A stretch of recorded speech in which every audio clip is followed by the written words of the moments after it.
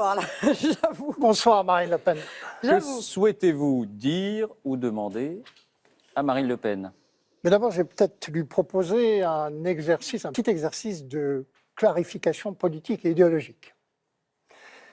J'ai bien regardé, écouté les discours, les interventions de 4 des 5 principaux candidats à la présidentielle ce week-end.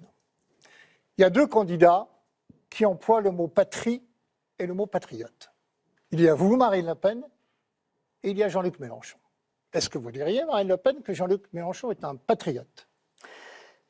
Je ne vois pas comment est-ce qu'on peut être patriote de manière générale à partir du moment où on n'accepte pas que le peuple français soit libre, libre de maîtriser son destin. Donc tous ceux qui, peu ou prou, défendent le pouvoir supranational de l'Union européenne et privent les Français du droit de disposer d'eux-mêmes, de maîtriser leurs lois, de maîtriser leur monnaie, de maîtriser leur territoire, ne me paraissent pas correspondre, en tout cas ne me paraissent pas donner les preuves de l'amour de la France, car en amour il n'y a que les preuves qu'on en donne. Alors, il ne vous a pas échappé que Jean-Luc Mélenchon, sur cette question, a beaucoup évolué.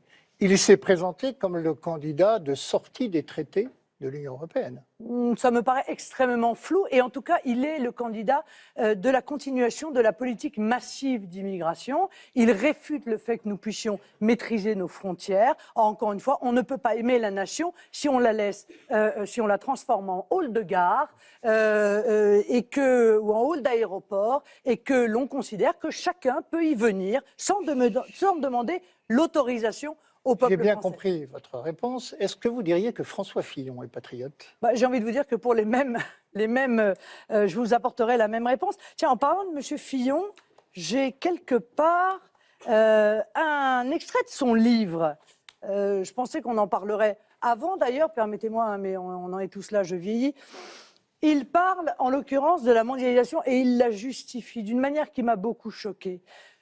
Il dit qu'il faut s'adapter sans délai et sans inutile crispation aux changements qui affectent la planète et dont il ne faut jamais cesser de rappeler qu'ils sont justes puisqu'ils procèdent de la volonté de développement de grands pays que leur système politique et notre domination économique avaient relégués au second plan. Non, non. On a compris. Mais Monsieur Buisson, pardon. Vous avez vous-même, je crois, la repentance en horreur. Alors voilà que M. Fillon, non seulement fait la publicité de la mondialisation, ce qui est tout à fait, à mon sens, anti-patriote, mais de surcroît, il justifie cela par le fait que, somme toute, on a eu notre tour et que maintenant, c'est le tour des autres pays de connaître la prospérité et nous le chômage. Marine Le Pen, on a compris que c'était la candidate du premier tour qui s'exprimait. Maintenant, je vais m'adresser peut-être à la candidate du second tour que vous envisagez être. J'ai regardé les chiffres des études d'opinion ce soir, on ne se change pas. Ben non. Et je vois que la moitié de l'électorat de Jean-Luc Mélenchon se déclare prêt à voter pour vous au second tour et que la moitié de l'électorat de François Fillon se déclare prêt à voter pour vous au second tour. Duquel vous sentez-vous le plus proche? Et quelle va être votre campagne finalement? Mais vous retombez, pardon Monsieur Buisson, dans ce clivage gauche-droite que, vous le savez, je nie. Alors d'accord, mais si le clivage pour vous est entre les souverainistes et les libéraux, vous classez Mélenchon et Fillon dans la même rubrique, les libéraux et les mondialistes. Alors d'abord, non, on ne peut pas dire que M. Mélenchon soit un libéral, quoique l'ultralibéralisme, c'est en même temps l'ultralibéralisme économique, en l'occurrence, et l'immigration. J'essaye de comprendre c'est la mondialisation. le nouveau clivage. Vous savez ce que j'ai expliqué, la mondialisation par le haut, la mondialisation financière, et la mondialisation par le bas, la mondialisation par l'immigration. Alors j'ai envie de vous dire, ils sont peut-être tous les deux au milieu du gué. Voilà, et j'accueillerai l'ensemble de ces électeurs pour peu qu'ils comprennent qu'il n'y a pas de protection sociale, économique, culturelle, politique, s'il n'y a plus de nation. Voilà, c'est cela qu'ils doivent comprendre. Les hommes de gauche l'ont oublié, car leurs prédécesseurs le savaient, eux, que la nation est le bien de ceux qui n'ont plus rien. Mais même M. Marchais le savait. Donc je ne dis pas que peut-être ils ne vont pas revenir à la raison tous ceux qui ont cru suivre non pas ni droite ni gauche, mais droite et gauche, votre campagne de second tour. Voilà. Non, ma campagne, c'est les patriotes contre les mondialistes. Voilà. C'est, comme je l'ai dit dans mon discours, la France du peuple contre la droite du fric et la gauche du fric. Je voudrais vous poser encore 3 questions, si vous voulez. Oui. Vous avez, et il faut vous en donner acte, toujours déclaré que ce que vous combattiez, c'était l'immigration, et singulièrement l'immigration clandestine, et pas les immigrés. Oui. Au mois de décembre, vous avez proposé de faire payer aux enfants d'immigrés clandestins, je dis bien clandestins, l'accès au système scolaire. Alors attendez, laissez-moi aller jusqu'au bout. Moi, je ne suis pas là pour vous faire la morale, vous l'avez compris. Oui, mais en revanche, insister sur la cohérence politique de cette mesure.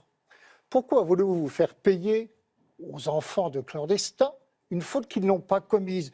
Dans votre schéma de pensée, ceux qui doivent payer, ceux qui doivent être sanctionnés, ce sont précisément les employeurs et les patrons qui font venir cette main-d'œuvre. Alors, mal payés sans doute, désyndicalisés, c'est vrai, pour restaurer leurs marges. Moi, je vous trouve bien timide avec votre taxe additionnelle de 3% finalement. Ne seriez-vous pas forte avec les faibles et faible avec les forts? C'est 10%. Mais il ne s'agit pas pour moi, évidemment, de faire payer les enfants. Ça n'aurait absolument aucun sens. Vous comprenez bien que mon objectif, c'est de couper les pompes aspirantes de l'immigration clandestine. La réalité, c'est que et ce sont les politiques qui sont responsables de ça. Et il faut toujours le rappeler. Ce ne sont pas les immigrés. Qu'ils soient clandestins ou légaux, ce n'est pas le sujet. Ce sont les politiques. Ceux qui ont mis en place des politiques qui font que toutes les pompes aspirantes sont aujourd'hui en incriminer des otages ou des victimes dans cette affaire. Mais je n'incrimine personne. Si. Mais monsieur Besson, je n'incrimine absolument personne. Je dis, je coupe les pompes aspirantes. Donc la gratuité, qui n'en est pas une, monsieur Buisson, car la réalité, c'est qu'il n'y a que les socialistes pour penser que c'est gratuit. La preuve, c'est l'État qui paye. Bon. Moi, je pense, encore une fois, que les clandestins doivent rentrer chez eux. Ça, c'est la première chose. Les clandestins doivent rentrer chez eux. Les clandestins n'ont rien à faire en France et par conséquent, je les renverrai dans leur pays avec leurs enfants. Pardonnez-moi. Et je demande une contribution car je considère qu'on ne peut plus avoir l'aide médicale d'État gratuite. On ne peut plus avoir l'école gratuite pour des gens qui ne devraient pas être vous l'avez dit, madame. Je vais vous donner un exemple. Monsieur Buisson, c'est intéressant. parce que pour une fois, on va parler... Pardon, madame Salamé. On va parler un peu d'outre-mer. On n'en parle jamais. C'est bien dommage. Parce que l'outre-mer, c'est aussi la France. Et j'y suis allée il y a peu. Je suis allée à Mayotte, je suis allée en Guyane, à Saint-Laurent-du-Maroni, une ville qui fait 45 000 habitants, qui est submergée par l'immigration clandestine et qui s'est vue obligée d'ouvrir aujourd'hui 600 classes pour pouvoir scolariser les enfants qui sont venus, bien sûr, avec leurs parents, on ne peut pas leur reprocher. Madame Le Pen, vous allez débattre dans un instant avec la ministre de l'Éducation. Il n'y a, monsieur Buisson, que par la fermeté que l'on peut arrêter l'immigration clandestine. Essayez de clarifier vos positions. Deuxième question, si vous le voulez bien. J'ai lu vos 144 engagements de votre projet présidentiel. Au chapitre Une France fière, je crois me souvenir que vous dites défendre l'identité nationale, les traditions et les valeurs de la civilisation française. Point final. Point final. En lisant ces lignes, je me suis dit finalement, c'est l'héritière cachée de Jacques Chirac. Oui, Jacques Chirac qui avait refusé farouchement d'inscrire la référence et la mention racines chrétiennes dans le traité d'Union européenne. Pourquoi ces mots vous brûlent-ils la bouche? 15 siècles de christianisme, 15 siècles où l'Église a été la fabricante de solidarité, de liens sociaux. Ça ne compte pour rien dans l'histoire de France, Madame Le Pen? Pourquoi vous n'en parlez pas? Paul Valéry disait... J'appelle européenne toute terre qui a été successivement romanisée, christianisée et soumise à l'esprit et à la discipline des Grecs. J'étais pour l'inscription des racines chrétiennes dans la Constitution européenne. Mais pourquoi ne vous le dites pas aujourd'hui? Je viens de le dire. Je viens de le dire. Alors, dans la Constitution française, c'est ce qu'il voulait dire. Dans notre héritage, monsieur Buisson, notre héritage culturel, notre civilisation, puise évidemment ses racines dans un héritage chrétien. Être obligé de l'indiquer dans la Constitution, c'est presque admettre qu'on n'est plus ce qu'on est. Même ceux qui ne croient pas, d'ailleurs, ceux qui croient et ceux qui ne croient pas, savent très bien que cet héritage judéo-chrétien, il façonne la France, y compris la France une partie des électeurs de droite, cette droite conservatrice qui a fait le succès jusqu'ici de François Fillon, ressent-elle chez vous une certaine crispation face aux faits religieux? Crispation qui se traduit par un laïcisme un peu agressif. Là aussi, c'est une contradiction. Vous dites l'islam est compatible avec la République et en même temps, vous lui refusez toute expression. Faites penser à ces gens de gauche qui aiment les autres, mais à condition qu'ils renoncent à leur altérité, qu'ils veulent la différence culturelle, mais à condition qu'elle ne s'exprime pas. C'est incohérent. Ou vous dites l'islam est compatible avec la République française et vous donnez aux musulmans les moyens de pratiquer leur religion, ou vous dites l'inverse, vous dites ce n'est pas compatible et c'est les raisons pour lesquelles je refuse toute visibilité dans l'espace public. Monsieur Bijan, je vais être très clair. Je suis pour la liberté religieuse, j'y suis extrêmement attachée. Voilà. Chacun peut avoir des convictions religieuses et chacun peut exercer sa religion en France. Mais je suis laïque, je suis pour la défense de la France laïque. Et je considère en effet que les signes ostensibles doivent être bannis de l'espace public. Je suis pour que la loi de 2004 soit élargie à l'ensemble de l'espace public.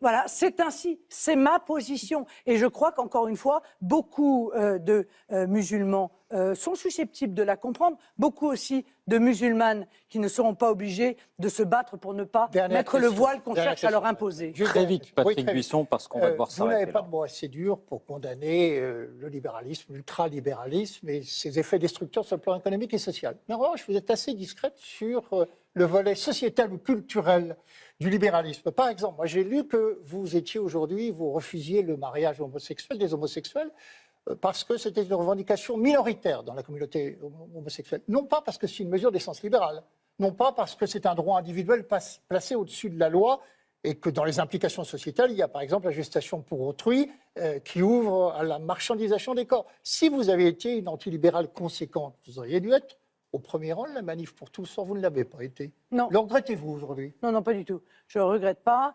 Et vous savez pertinemment que je suis très opposée à la GPA, du plus profond de mon être, parce que je suis tout à fait opposée à la commercialisation du corps, à ce consumérisme épouvantable qui est en train de frapper notre société et qui fait qu'on envisage même d'acheter aujourd'hui des bébés. Tout cela me révulse. Voilà, ça pour le coup, les choses sont extrêmement claires. C'était pas la question, c'est sur le Non, mais mariage les choses sont homosexuel. extrêmement claires. Sur le mariage homosexuel, les choses sont extrêmement claires. Ma position, c'est je pense qu'il faut qu'il y ait une union civile, c'est-à-dire une amélioration du Pacs, mais je suis contre le mariage tout simplement parce que, précisément, je souhaite que la filiation reste le fait d'un papa et d'une maman.